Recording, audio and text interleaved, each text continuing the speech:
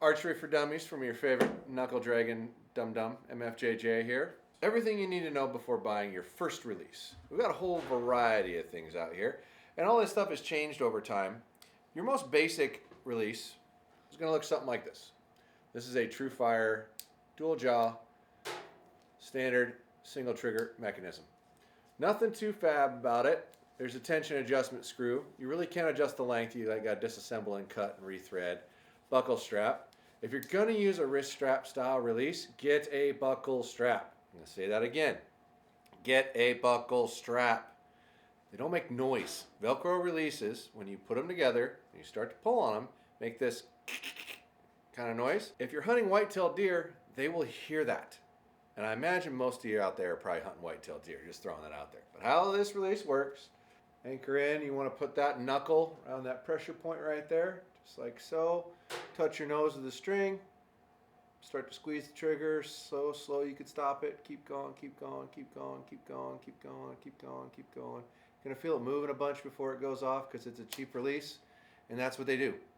So the less quality of release you buy, the more you can typically feel trigger movement before it actually goes off. So it's relatively simple, basic. These are like $20, $30 releases. Every shop will have one. And while you're looking at these releases, when you're trying to figure one out, please go down to your local pro shop and buy it from them. They need you, you need them. It's a relationship you'll have to develop over the time if you really want to be successful in archery. And I strongly encourage you to go to them. If your archery shop is absolutely terrible, please give them another try. And then at that point, if you're going to buy it online, and only if you're going to buy it online, give podiumarcher.com a chance.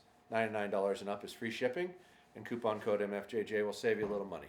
Now that I got that out of the way, this is the OG, right? So the next thing that really came into the world, if you ask me, is a single side moving jaw. Very similar in every other way.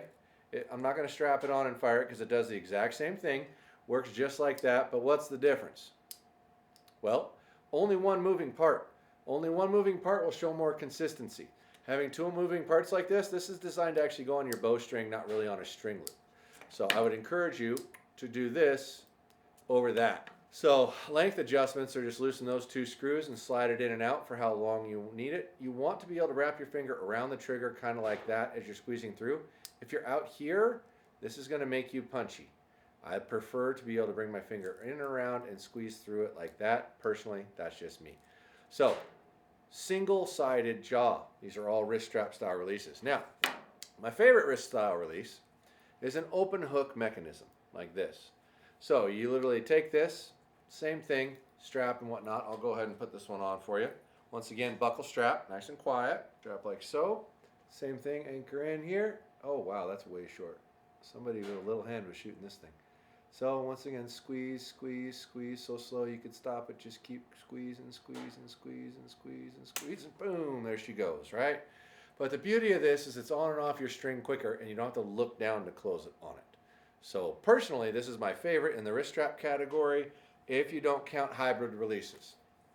A hybrid release to me is a handheld release that also has a wrist strap, much like this Axis. There are several of these out there. This is my personal favorite. I use it a lot. It works just like that, but you have the same mechanisms you would typically use with a handheld. So you get a little more leverage, a little more grip control. Tends to be a little more consistent and accurate, but you be the judge of that. Same deal, open hook style release mechanism. Get on, draw it back, hold onto it with all three fingers, and you operate it with your thumb. Bring your thumb around, and then once again, so slow you could stop it. Just squeeze, squeeze, boom, right? A little faster mechanism. I like these a lot. They're one of my faves, but you get to decide. Now in handhelds, since we're pretty much done with these, you got a couple different styles of handhelds. You have a resistance style release, which is what this is, where this you just has a spring system in it that has to be adjusted to the individual bow, but you hold the thumb brake down, draw the bow back, anchor in, let go, and then just keep pulling till it goes off. This is a great handheld release, in my opinion, for a very new, very young archer, because it's hard to rotate a hinge, and it's natural to just want to power through a thumb.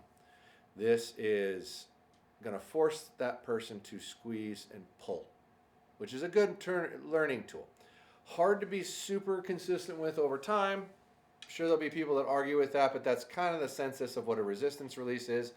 My boy Joel Turner would say this is for children. This is a great release for children. Adults should not use it. So the Onyx series from Stan has a bunch of awesome options. And they're all real similar, so that's kind of the beauty of it. They feel the same in your hand. Now this is a very small release, so it's not fitted to me correctly, but we'll see what happens and let go, and I'll just keep pulling harder and it goes off. So it actually works really well. It's just, from my understanding, very hard to be consistent with. I haven't personally used them much. So, and like I said, Joel says this is for kids. This is a hinge. Now this is probably the most common tension style release you will see, and how it works is it rotates and then fires, right? So as you rotate your way through it, and this one also does have a safety on it. So if you hold the button in, it won't fire. Once again, this is an Onyx. It's a nice system, but they basically operate by rotation. So as your hand rotates through the shot, which is how I would say it. Some people will tell you to move your fingers, but I feel when you start thinking about isolating your finger movement, you're more likely to try to make it go off. The idea of any of these releases is to try to fire it in a manner in which you don't know it's going to go off. It's a surprise, so you can't react. All right, so I don't know how this is set. This might take a while to go. We'll see. It should click first if it's set up for that, because most of them have a click warning you about it going to go off before it actually does. I am really pulling the crap out of this thing. There it goes. So this has no click on it. So you can set them to where they have a warning engagement click versus not. And I'm going to see if I have one hiding around here somewhere. But I'll do it again now that I have an idea what it feels like. But if you watch my hand, it's just simply rotating, right? And the idea of that is you're going to get to a point that as you're pulling, your hand naturally rotates. So you just increase your level of pulling and it'll eventually go off. This is just set really long for me. Justin must have been playing with this, I'm betting. Oh, there it goes. Whew. Now this has a click in it. You'll hear it audibly, hopefully, as I rotate through it, but it's more like a mental engagement. Okay, all right, you're just about there. Now just keep pulling a little bit more, right? So you gauge in, rotate till you hear the click. At least that's how I like to do it. This is set long once again. Hear that click? Okay, that's your warning. Now start pulling and pushing. Pushing and pulling, pushing and pulling, pushing and pulling, pushing and pulling, pushing and pulling. Boom, she goes off, right? This has been one of the more popular target releases over the millennia. A hinge style with a click in it. Hard to operate until you get used to it. So this is more of an advanced release. You probably need help to learn how to use one of these things. I wouldn't just go buy one and take it home and use it. You will probably pee down your leg a little bit. It's a little scary. So, standard thumb button. This is a Boss X from True Ball. And this is actually a relatively hunting friendly model because it'll close on your loop for you. So we're going to operate this as such. A little loop here. Push the button in.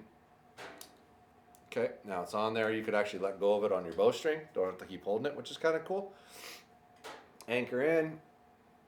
Try back, wrap your thumb around and just start to pull. And once again, so slow you could stop it and just keep pulling, just keep pulling, just keep pulling, just keep pulling, just keep pulling. Boom. It goes off. Right.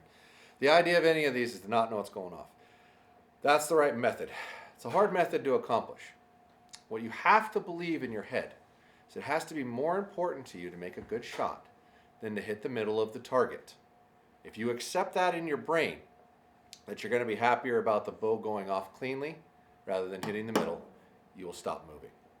You're moving because of that. Yeah. Don't be intimidated to try these things and play with them and adjust them, and reach out to anyone you can think of. Reach out to me, ask questions. If there's more videos along these lines that you would like to see, comment down below on what you want to see, and we will try to make them for you. I hope this helps. Thanks for watching.